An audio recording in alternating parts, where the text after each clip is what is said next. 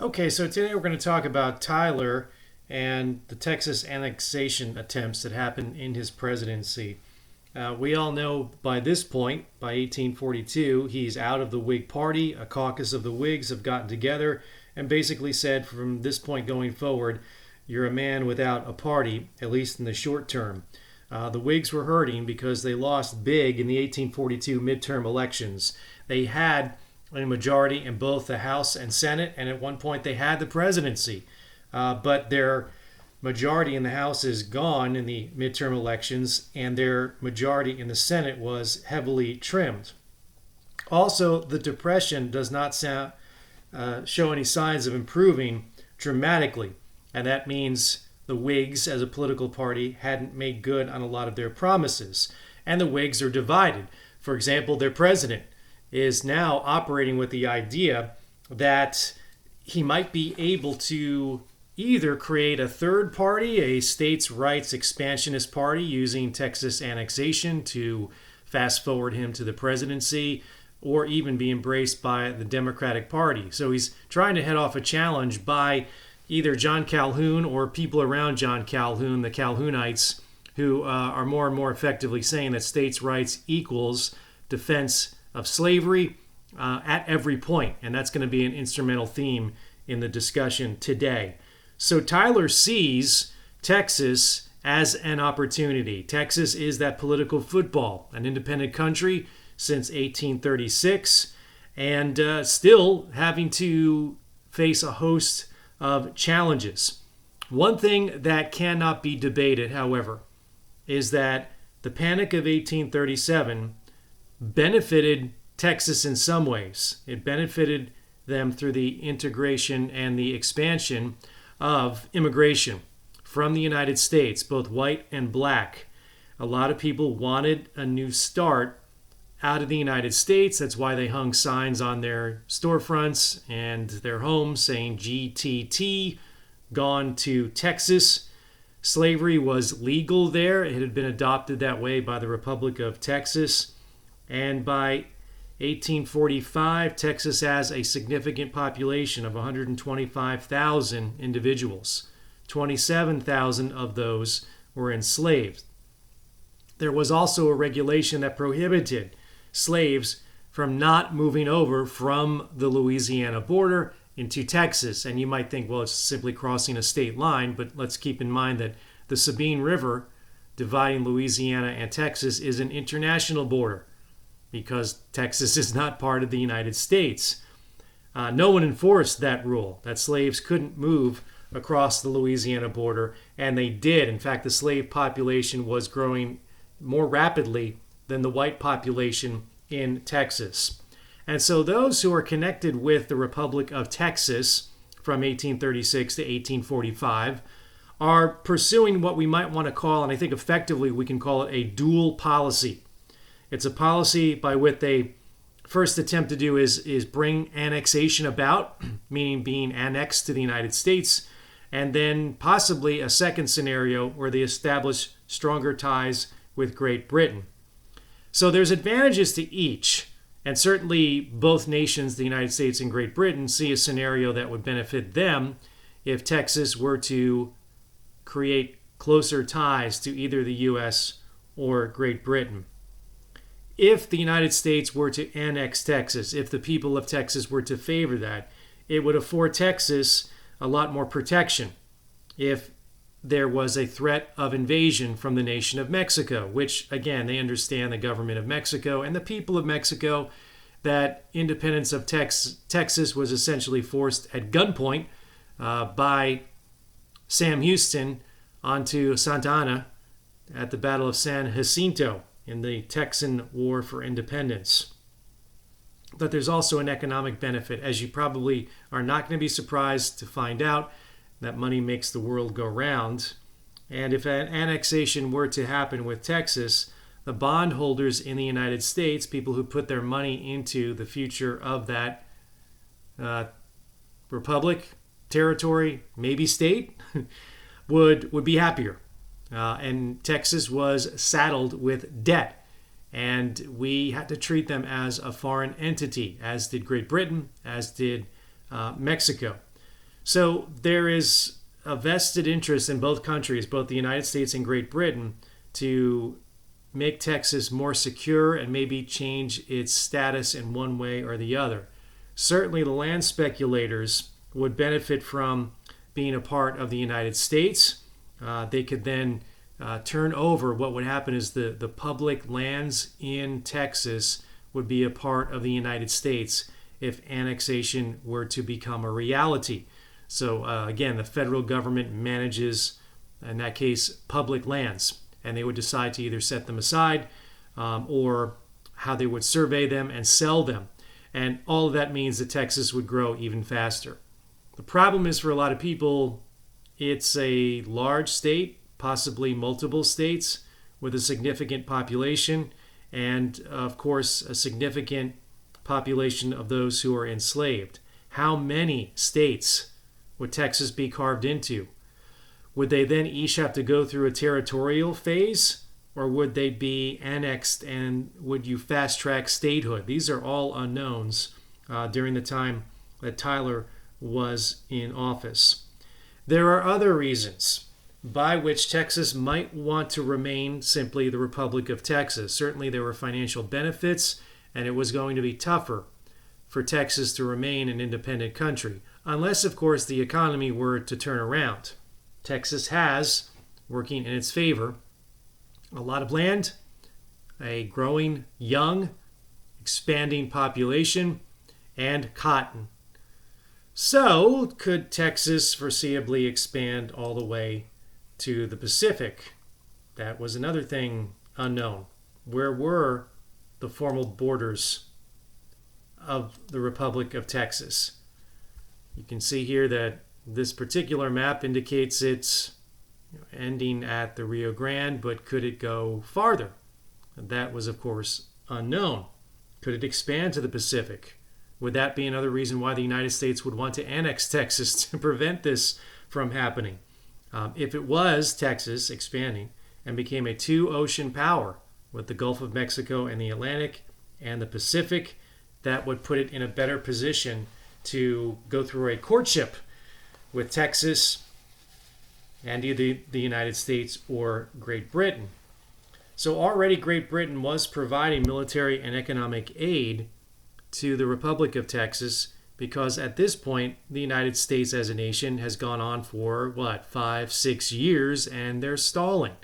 They're not making a significant advance to settle the question. Of course, the nation is very much distracted by the events of the Panic of 1837, followed by another downturn in 1839, which effectively ended the presidency of Martin Van Buren.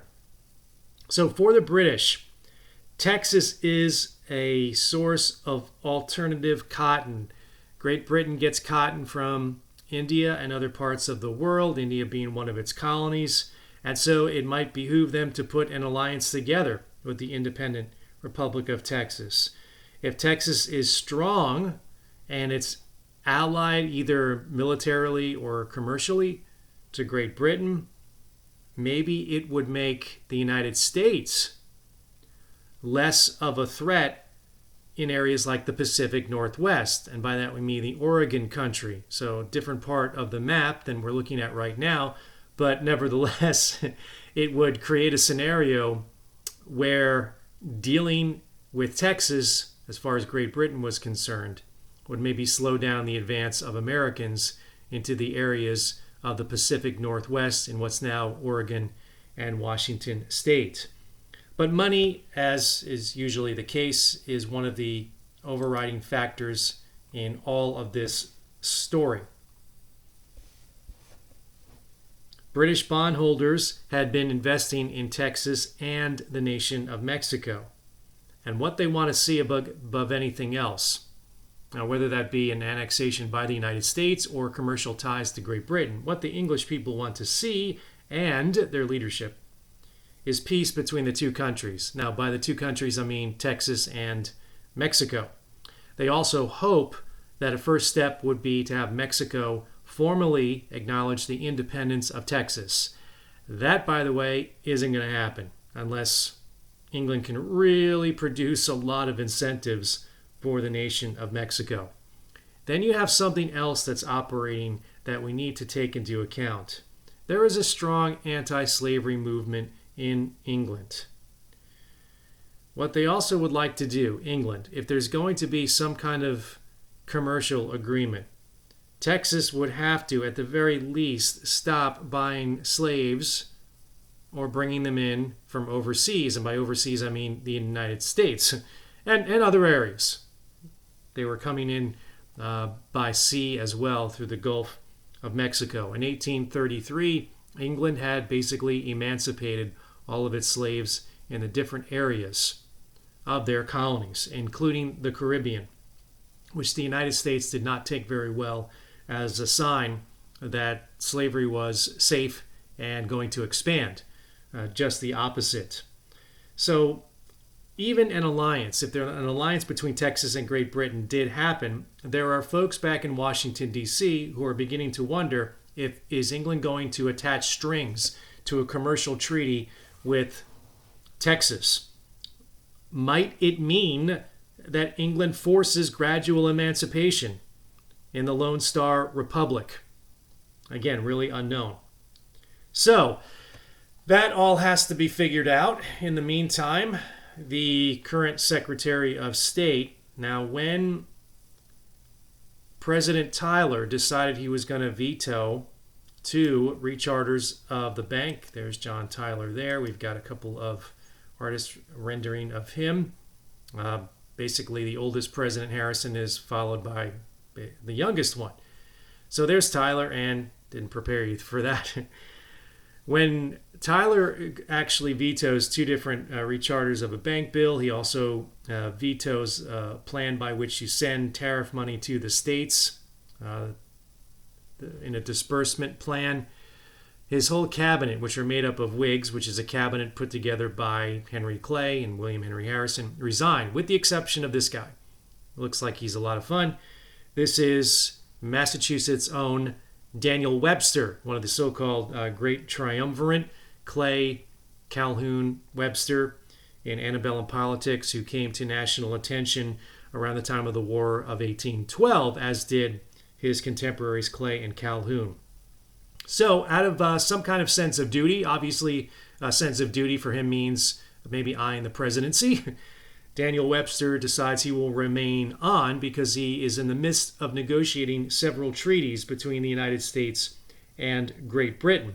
So he remains in the cabinet after 1841, and he knows, probably in his heart of hearts, that he's going to have a difference of opinion when it comes to Texas annexation with his boss, President Tyler. But in the meantime, he'll have to work on some negotiations that are on his agenda. And also in these negotiations, it allows Tyler to kind of mitigate the idea that he is operating with blinders. In other words, he's just so hell-bent on getting Texas annexation. But instead, with Webster, he's trying to craft a very nuanced foreign policy. And I'll give you a couple of examples of that. But it also is a reminder about the United States remaining tough with Great Britain, but also the overall policy of our nation when it comes to the area of abolition and slavery. One example that Webster has to deal with, in 1841, there is a United States ship that is called the Creole. So this is a little bit like the Amistad story, a little bit. It's called the Creole, and it's sailing from Virginia to New Orleans. So it's engaged in the legal slave trade between the different states. The idea was it could be a shorter journey to move those who are enslaved from Virginia to New Orleans by ship. The slaves rebel and overthrow the crew, killing some of them. There are 135 on board the Creole, and they sail the ship into the British Bahamas. British Bahamas, part of the British Overseas Empire that was subject to emancipation in 1833. So the ship sails in. There are cheering crowds of the Bahamians, white and black, who celebrate what took place. locals there in the Bahamas pronounced the cargo, which was legally enslaved, to be free. As a matter of fact, the authorities there in the Bahamas did not, or chose not to, prosecute anyone for murder of the ship captain or whoever else was killed in that incident with the Creole. Webster then submits this issue to an international commission because it's slightly awkward that the United States still has legal slavery, Great Britain in their colonies does not. And so what those folks who owned those slaves wanted to happen is some kind of a compensation.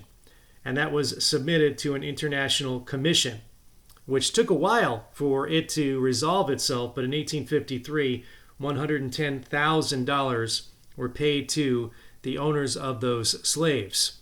And it was a way, again, the English probably didn't like it, but it's Daniel Webster basically remaining tough with that nation, even though he may have had strong opinions against the institution of slavery at this point. The other issue that dealt with the slave trade or slavery is that the British emissary, Lord Ashburton, and it is Webster who's going to deal a lot with Lord Ashburton, representative of the English government. And he would like the British to have the ability to stop and search ships that might be engaged in the international slave trade. Other nations had a very effective tactic. What they would do is they go around and they would fly the United States flag. And typically our ships, we have a long history of not wanting to be stopped and boarded. It goes back to the War of 1812 and even before then. So a lot of folks were saying, well, this is the English policy of impressing or pressing our sailors, whether they be naval sailors or commercial sailors, into a forced service of the British Navy. That was not the case. And the English, the last thing they want to do is start another international incident. And so it was Webster said, yeah, we're really going to frown on that practice. But what we will do in an effort to achieve compromise is that we will agree, the United States and our Navy, to patrol the waters around areas where we typically find folks engaged in the slave trade, and the Navy will be instrumental in that process. Not really, is the short of that answer. They don't really do that because it's unpopular, especially with folks in the South. And the South, of course, has an overriding influence in who the candidates from both political parties become. So you don't want to take a stand on, yes, the Navy should stop every ship it sees as potentially trading in slaves. So we say that. Did we do it? Not really. So there are two incidents dealing with Great Britain. The third, or third and fourth together, you might say, have to do with working out borders between the United States and Great Britain. And you might be surprised to discover they had not been formalized going into the 1840s. There was the issue on the right of this map between the United States, and obviously that would be the state of Maine, and NB is short for New Brunswick, that particular province of British Canada. This border had been unsettled since 1783, and in 1783, the area of Maine was part of Massachusetts. Maine does not get statehood until 1820 and 1821 as part of the Missouri Compromise that allows those two states to join simultaneously. Part, apparently, of that treaty, or of that agreement in Congress, I should say, is that Maine was able to veto. This is a unique thing, right? Maine, the state, could veto any treaty attempts that they did not look upon favorably. And in 1839, militia of the state of Maine and Canadian militia almost came to blows over that very question of the border. That's the last thing anyone wants to happen, whether at the time it would have been President Van Buren or especially President Tyler now.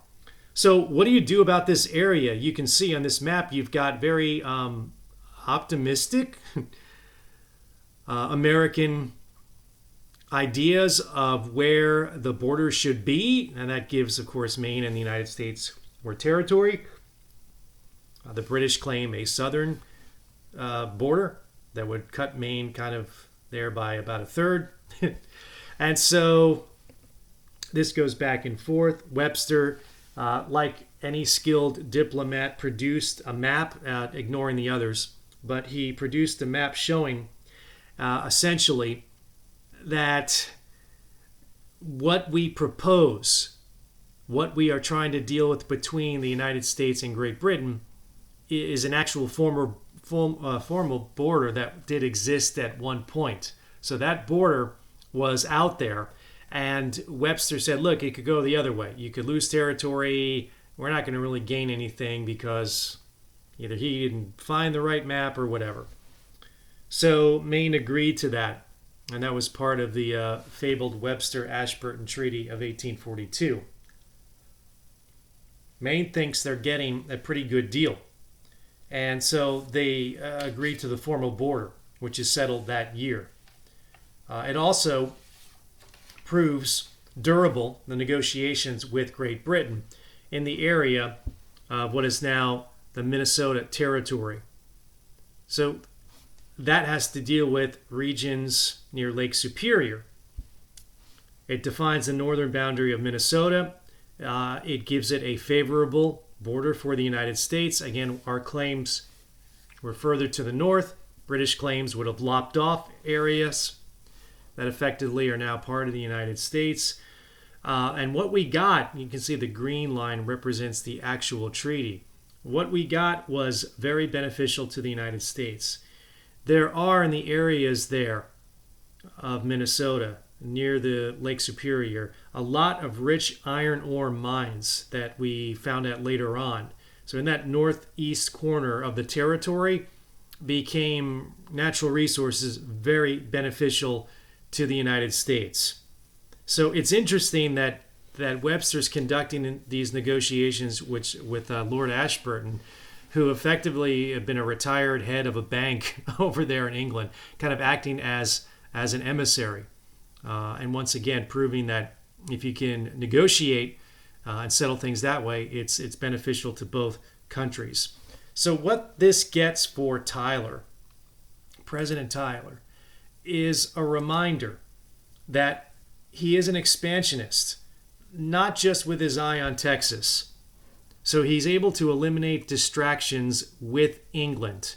And if you can do that with England, a rival you have for Texas, it hopefully will put you on a path to conducting future negotiations in good faith. You know, if you're on friendly terms with England, your traditional rival, our former parent country, if you are on friendly terms, any opposition that England has or hesitations towards Texas annexation hopefully will be eliminated. So it's Tyler being able to say, hey, I know I really didn't agree with a lot of the Whig platform. I vetoed a couple of the bank bills, but Texas annexation will help those in the South. You'll be able to take advantage of the fertile cotton lands. Texas will be a part of the United States. It will become a state or states. Maybe the territorial stage will be very short because Texas has a significant population. Furthermore, he would argue, you can now take slaves into that area legally, not illegally. And all of that, a secure Texas annexed to the United States and not the Republic of Texas, increases the value of property. So that is another net plus. Tyler and Webster, however, do part ways when it becomes clear that President Tyler is pursuing Texas annexation. And what Tyler is doing is seizing on this American love of expansion. And hopefully with Texas, he will be able to win the presidency on his own. What he also learns from outgoing Secretary of State Webster is that you can sometimes use devious means and also resort in some cases to secrecy, government propaganda to get your way. Secretary of State Webster was using government funds to stir up support for his ideas of passing the treaty with Great Britain, even though some folks in New England opposed it and some folks in Maine opposed it. So he was funneling basically a government-run outfit which could, scare folks into thinking that you might lose if, we give England what they want, or if you're willing to settle for not as much territory as you want, but you won't lose any either. Just kind of follow my lead here on this. And I think Tyler took something away from all of that experience. So with now the last Whig in the cabinet gone, Tyler appoints a new Secretary of State. And this is a lot of talk of Secretaries of State, but it's interesting, especially what happens with the new appointee. His name is Abel, A-B-E-L, Abel Upshur. His name is there in the notes. Abel Upshur is a pro-slavery radical of the John Calhoun faith. Calhoun, again, is maneuvering for a possible run as president. But at this point, he'll have to settle for the second best thing, which is understanding from Calhoun's point of view that Calhoun has one of his own in the form of Abel Upshur to confront the menace of a Texas treaty with Great Britain, which would mean to Calhoun possible slow abolition or a gradual manumission plan. That is what England will attach to a Texas commercial treaty. That's the thing that keeps him up at night. Texas annexation for Calhoun is replacing states' rights in his own mind. For him and for other slave owners, it's kind of this mantra which they're beginning more and more to embrace in the 1840s and the 1850s. Gone away is the old idea of this necessary evil that is slavery. Now it is called by slave owners and the defenders of slave systems that it is a positive good, the positive good doctrine. We're going to see this play out when Calhoun, of course, gets involved in the Texas situation in a more direct manner. So, how do you bring about the urgency of Texas annexation? Well, the president's man in England, his name is Duff Green, D-U-F-F, Duff Green. Duff Green is a newspaper man in the best Jackson tradition, and he begins to spread rumors basically coming from England back in the American press that the English do in fact have a gradual emancipation plan which they will connect with some kind of stronger commercial ties to Texas. They will also, the English, pay off the bonds, maybe even pay off the independent Texas debt. The Republic of Texas has a significant debt. If the English can put together some kind of commercial treaty, one of the things Texas will want to get out of it is not only increased investment from England in Texas, but paying off of the national debt. This is what scenario is proposed by Duff Green. The Tyler people in the Congress just eat it up. They're just like, oh no, we knew it all along, the English plans, and we really have to fast track annexation. They then begin to fear that Texas, if left alone, and there is no movement by the United States, what England will make Texas is something akin to Florida before 1818, a magnet for runaways. And because a fifth or so of the Texas population is enslaved from that magnet of runaways and maroon, as they are called, communities, you will no doubt instigate a race war, white and black, in the Republic of Texas. So nightmare scenarios and bad potential situations. I can tell you with all honesty that this is not at all the British plan. The English are not suggesting any kind British compensation for slave owners, where they would pay them, and the loss of their labor in the form of lost slaves would be compensated. The Secretary of State, Usher, begins to print alarming news to the American newspapers. And that is not the case. There is no accuracy to these ideas, but no one, again, believes it. No one believes the reality. The perception, to say it differently, becomes the reality. So that, of course, for John Calhoun, and his guy in the State Department is Abel Upshur, creates a potential showdown. If slavery doesn't move beyond Texas, it won't move out any further to the west. It's going to isolate it. It is going to weaken it, and then it will die. The Tyler people in Congress, around his cabinet, believe the hype that slavery is under threat in the area.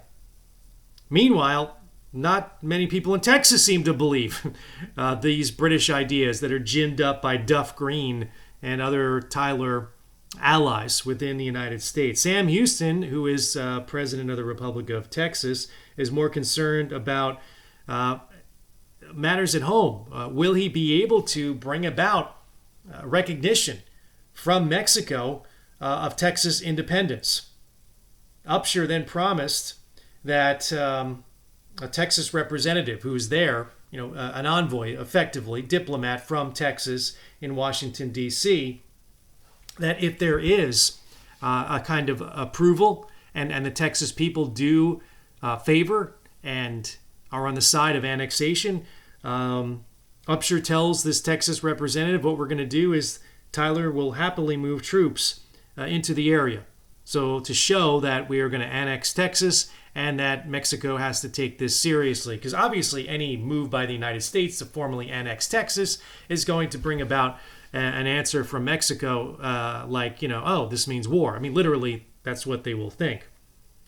Then we have a train of events that very much shifts what could have been the potential for Texas annexation before the 1844 election. So we'll go to the slide again. I'll make that bigger so we can see it. Okay, so this is an artist's rendition of what happened in February of 1844. Washington dignitaries, and it included the president, it included Secretary of State Upshur, it included the Secretary of the Navy, Senator Thomas Hart Benton was there as well. They were on board a new state-of-the-art steamship called the USS Princeton, and what they were going to do on this naval vessel, again, the newest engineering marvel this ship was. Steam power, using with sail. Wow, that's great. They were also going to demonstrate these giant 2 guns that were going to fire. And the guns can fire at a fairly long range, about 3 miles, shot this giant projectile. And one of the guns was ironically named the Peacemaker. I guess it's going to fire and bring about peace with all of its destruction. You can see what happened. The folks were there. The guns each fired one time. Everyone's like, yay, that's great. They all went down below decks and they had food and champagne, and then they came back on the main deck of the ship and said, let's do it again. So they loaded up the guns, including the Peacemaker, and this is what happens. The gun blew up from the back. That's usually not where you want the gun to blow up from.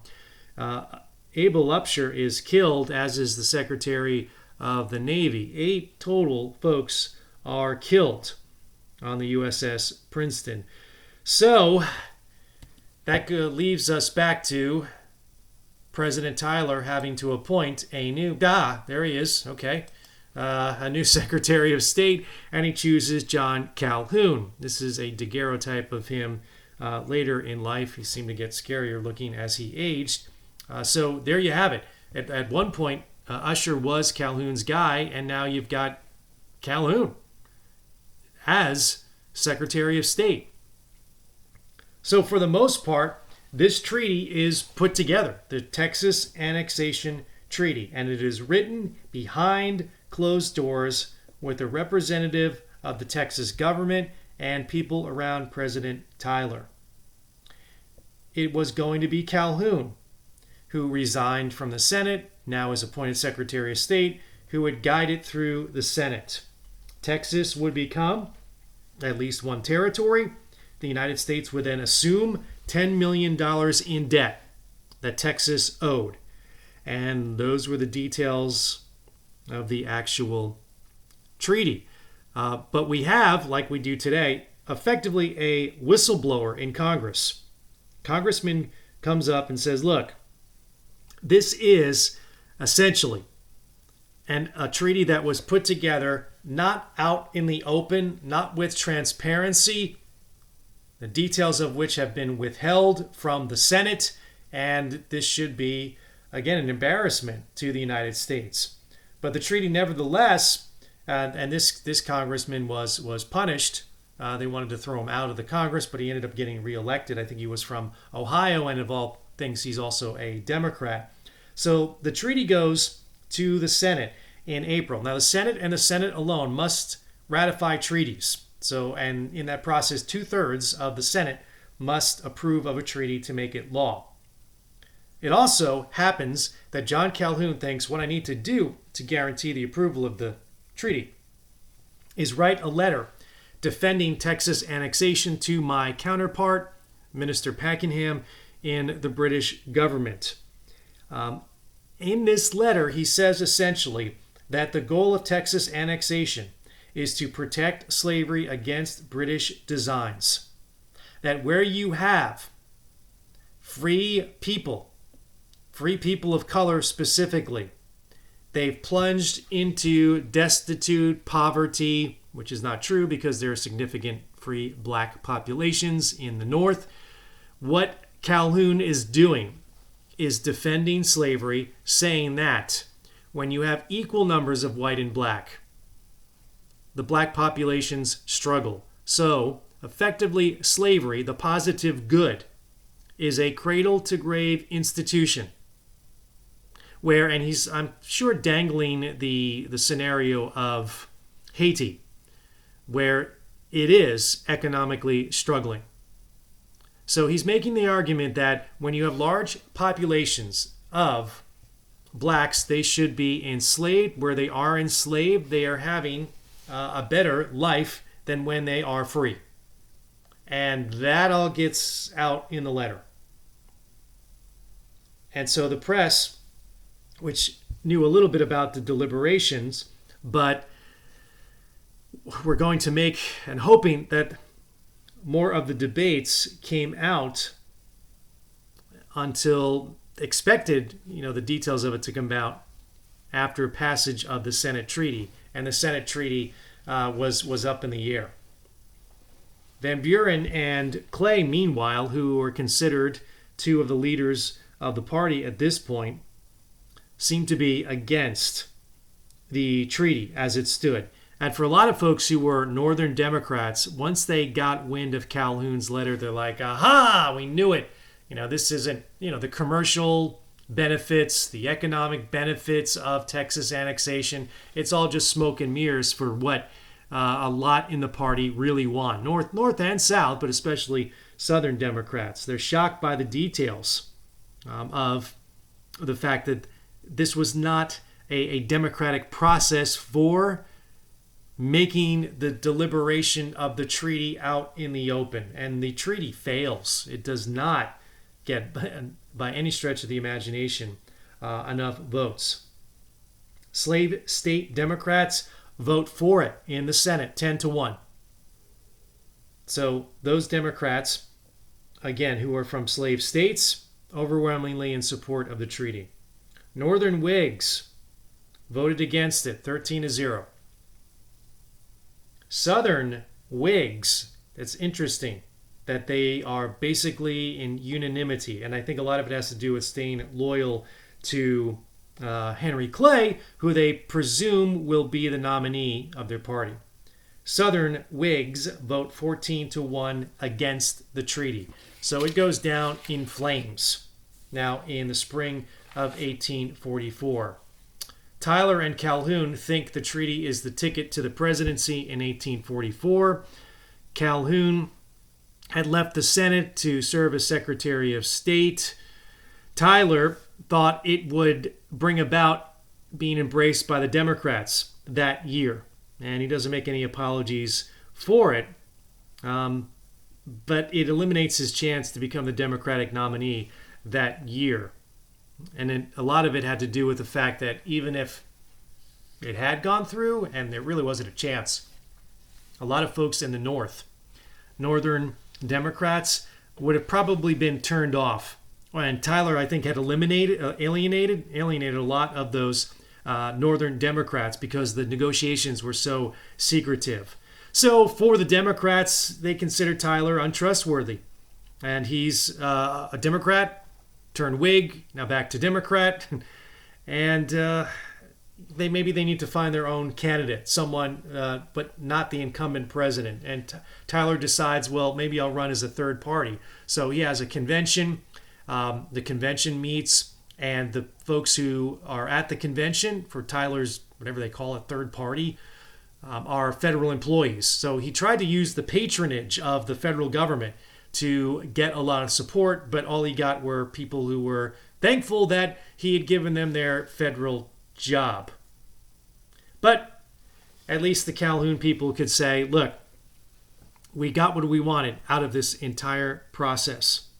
There was some success, even though the treaty went down in flames. We took a stand in favor of slavery. Also, they had forced Martin Van Buren, who, again, the front runner, believe it or not, for the nomination in 1844, to say he opposed it. And now Calhoun thinks, aha, we don't have Tyler. Maybe his candidacy, Calhoun's candidacy, is dead in the water. But we don't have Tyler, and we also don't have Martin Van Buren, which he didn't want as president anyway. So the Texas dream isn't dead. It's just, of course, maybe temporarily put to the sidelines. And that leads us back to one of our favorite characters throughout this story and throughout this period in American history, John Quincy Adams. John Quincy Adams continues to shame members of his own party, the Whig Party in the South. In 1840, Congress had tried to pass a new gag rule. A gag rule that would not even receive any anti-slavery petitions. Now, the one under Andrew Jackson received but tabled any resolutions or petitions. And so what this new one would do in 1840, it would put more gag in the gag rule. It really would stifle all forms of any discussion by not even taking them in. And so this new gag rule was passed by the Democrats in an overwhelming partisan vote. No Northern Whig supports this new 1840 gag rule. The Whigs try to repeal it in 1841. And they have a majority. The Whigs at that point, right after Harrison's election, do have a majority in the House. But unfortunately, they didn't have enough Northern Whigs, because when they tried to repeal it, 45 Whigs from the South decide, no, we're not going to support the repeal. So they try to move on to the Whigs and pass a lot of the rest of their program to help the economy. And then in January of 1842, John Quincy Adams presents a petition from an area not far from him, Haverhill, Massachusetts. And what these folks suggest, Haverhill, Massachusetts, the petition, they ask that they could bring about a dissolution or an end of the Union. So these individuals, these Haverhill, Massachusetts townsfolk, don't imagine it being a very large area of that particular state, say rather than remain in a system, the United States government, where slavery is legal, we want no part of it. Can we effectively be out, or can we just dissolve the Union? That, of course, incites individuals in the South. Virginia Congressman Henry Wise then introduces a House of Representatives resolution to censure, not censor, but censure. It's a disciplinary action to censure the former president, John Quincy Adams. Adams decides, I'm going to make this a show all over again. He thinks he can use this censure trial, which the House members are going to decide whether or not this actually happens, which actually they either remove him or they discipline him in some way, throw him off committees, whatever the punishment might be. Adams says, fine, I'm going to vindicate myself and my fight against the gag rule in this showdown. The 74-year-old John Quincy Adams isn't scared by hate mail. He isn't scared by threats from other members of the House of Representatives. For 1 week, he speaks in his own defense, rallying support for Northern Whigs. And so those opponents, those who want to punish John Quincy Adams, said, look, this guy's really good. And to prevent this from going on any longer, we'll shut this whole censure hearing down. His adversaries then decide they're going to table or put aside the censure motion of John Quincy Adams. The press treats it as something of a sensation. It gets a lot of national attention. Northern Democrats, of course, get edgy because these kind of testimonials coming into the House are in defense of John Quincy Adams, in defense of lifting the gag rule. These signatures are coming from the working groups, early unions in areas like Pennsylvania. Not just from there in New York, but from the upper north, where the Democrats had been fairly strong along with the Whigs. So what it means for them is that maybe in 1836 the gag rule had been fairly popular in those areas, but not so much anymore. Not by 1842. So in December of 1844, the gag rule eventually is repealed. Whigs and Democrats have enough of a majority, and they get those to vote really on sectional lines from the North to vote to have it removed. John Quincy Adams obviously feels very vindicated. He's never in his heart of hearts an artist abolitionist. This was a matter of principle for him. He understands that this fight is how you can shape public opinion about the institution of slavery. And that for him, he feels in the right because it's making the argument that slavery just isn't a Southern problem, because look what the South can do. The South can stifle opinion in the House of Representatives, free speech, with these gag rules that are passed. His diary entry is just pure John Quincy Adams when not only do they table his censure motion, but they repeal the gag rule. He says, quote, "Blessed, forever blessed be the name of God," unquote. His very short diary entry.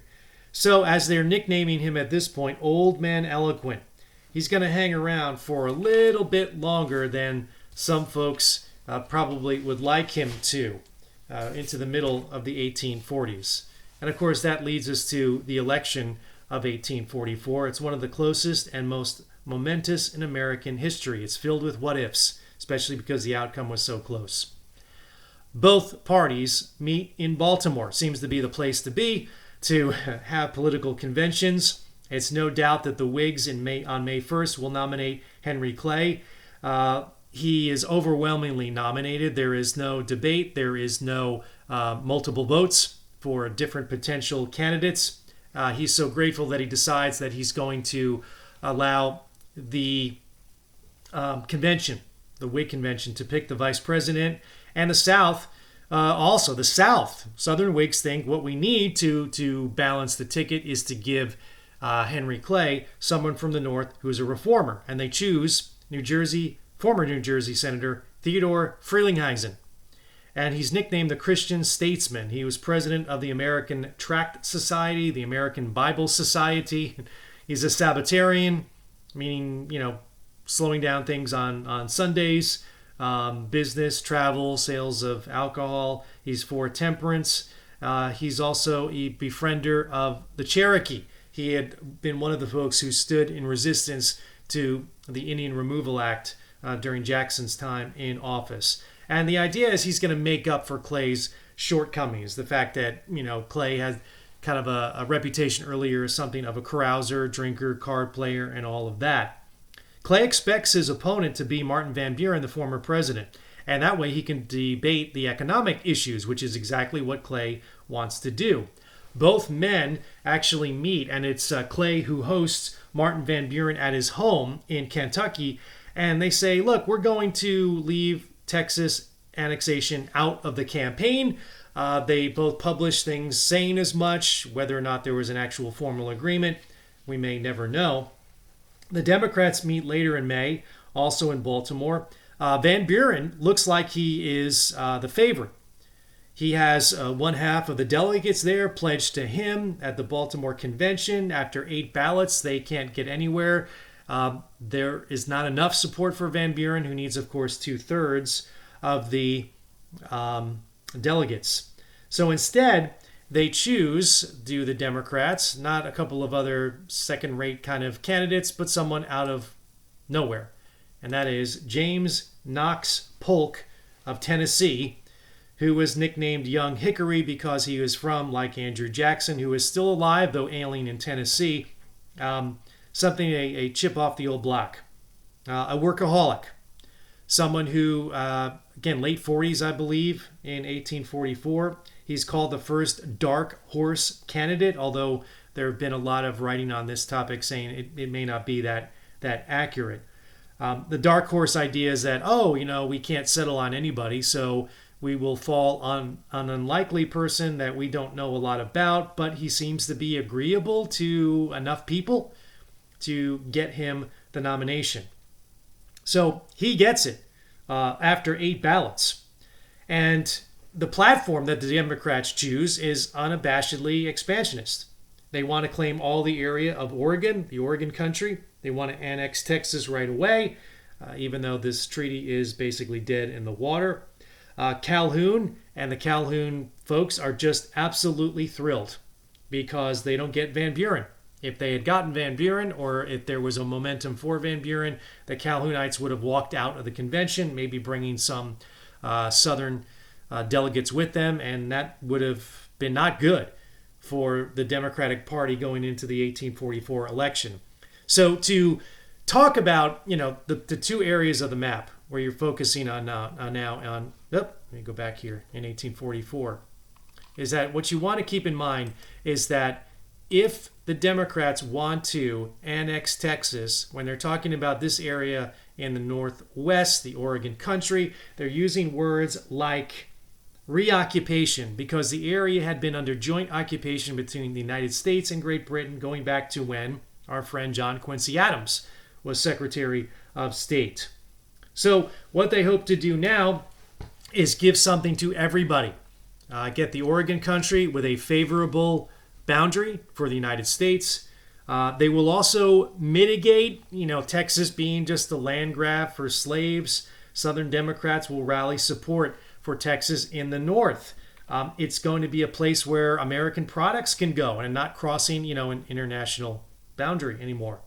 It will, Northern Democrats, you object to the perpetuation of slavery? Well, if we allow Texas in as a state or states, the slave population will diffuse and weaken, and it will possibly have a chance to go away in the future. And then those folks will become emancipated. So there's some appeal to, although they probably didn't hope that in their heart of hearts, but they at least could say that to their Northern Democratic counterparts. The Polk campaign distributed thousands of pamphlets to bolster the cause. And Polk goes in and says, I'm going to serve 1 term. I've got an agenda that's pretty ambitious. Texas, get the West Coast, the Oregon country, a new independent treasury, which is a bank that is not connected to any kind of private industry. And also, we are going to adjust the 1842 tariff. So that's Polk's agenda, which he is putting out there in 1844. Clay is opposed to annexation. He had been since the first treaty that went nowhere earlier in 1844. try to be shepherded by President Tyler.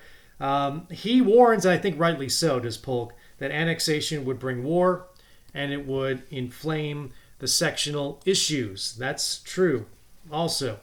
And it really shows the United States that we are a nation that has a kind of unabided lust for land. And that's not really what the Whigs are for. Very quick, disorganized annexation and expansion. So as far as the personalities are concerned, well, there are issues there. There's a difference between the Democrat and the Whig parties. The Whigs come out and say things like, "Who's Polk?" Like, who is this guy? And we don't know anything about him. Their campaign slogan is one of the lamest in American history. The country is a rising for Henry Clay and Frelinghuysen.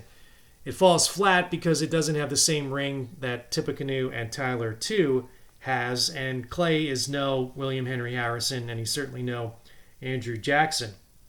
But the back and forth continue over the personalities. The Democrats call Clay a black-loving abolitionist. He was actually a slave owner from Kentucky. He was, going back to his youth, debauched. He engaged in gambling.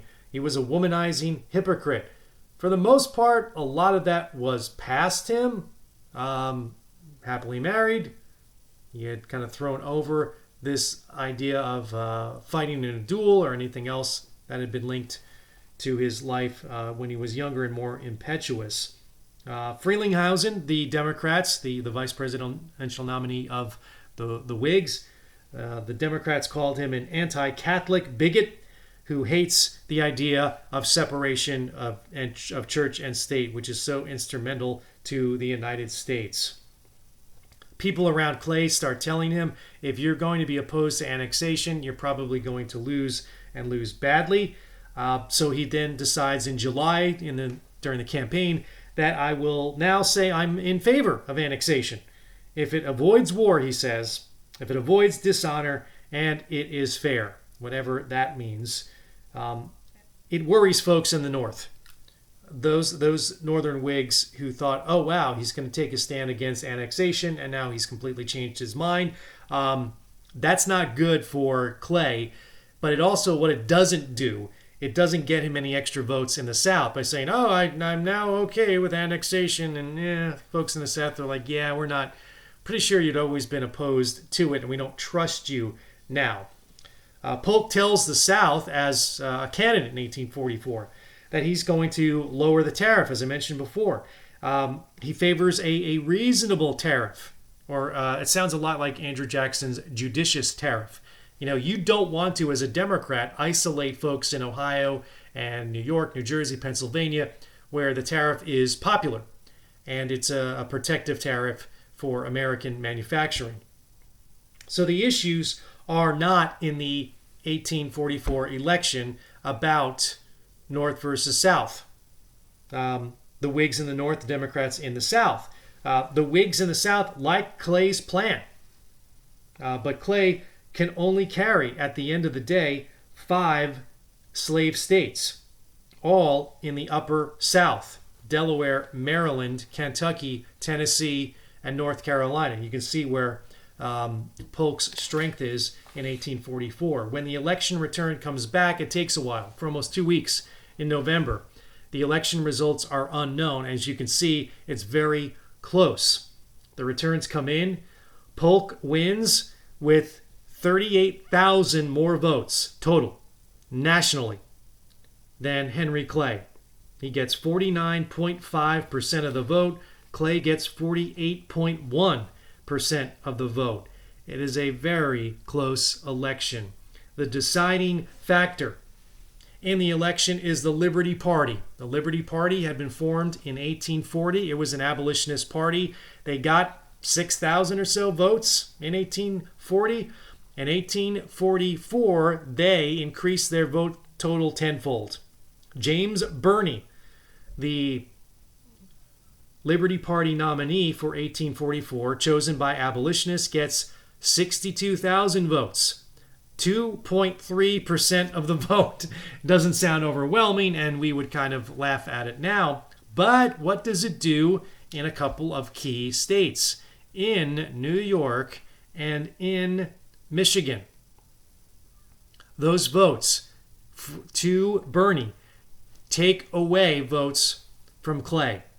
If you give all of, or at least in New York, if you give Clay the Liberty Party votes, we're talking about the Clay presidency after 1844. So what will happen with the new president? They called Polk Young Hickory. He had been congressman, senator, governor. He had lost elections. He had not ever been in the military. But it warmed Andrew Jackson to, of course, see two things: the democracy his political party endures, and, of course, that Henry Clay lost the election of 1844. It is Jackson who says, quote, "I thank my God that the Republic is safe, and he permitted me to see it," unquote. John Tyler and outgoing President Lame Duck and Polk decide that the election is a mandate for Texas. Tyler also wants to grab a little bit of last-minute glory for himself with the Lame Duck Congress, meaning he's not only the Lame Duck president, but the people in the House and Senate, some of whom are either retiring or had been voted out. They will still be able to cast votes until the new Senate takes over and the House in 1845. The Constitution allows Congress to admit new states in any way they wanted to. So if the treaty had failed and you don't have 2/3 only in the Senate, what if you say, well, the election is a mandate? Yeah, it was a really close mandate with, Polk just winning, but can we bring in Texas a different way? Is there some resolution that can happen after the election and before Polk comes into office that, of course, will take one of his items off the agenda? The Texas annexation, he won't have to worry about. But there's other factors operating as well in 1844 and 1845. He has to bring about, does Polk, resolution to the Oregon question, because his party had pledged elements of it to negotiate as far north as possible in the Oregon country, or even threaten war with Great Britain. Well, now that it looks like we might annex Texas, it seems like picking a war with Great Britain wouldn't be a very good idea, but we'll see how that all plays out in our next discussions going forward.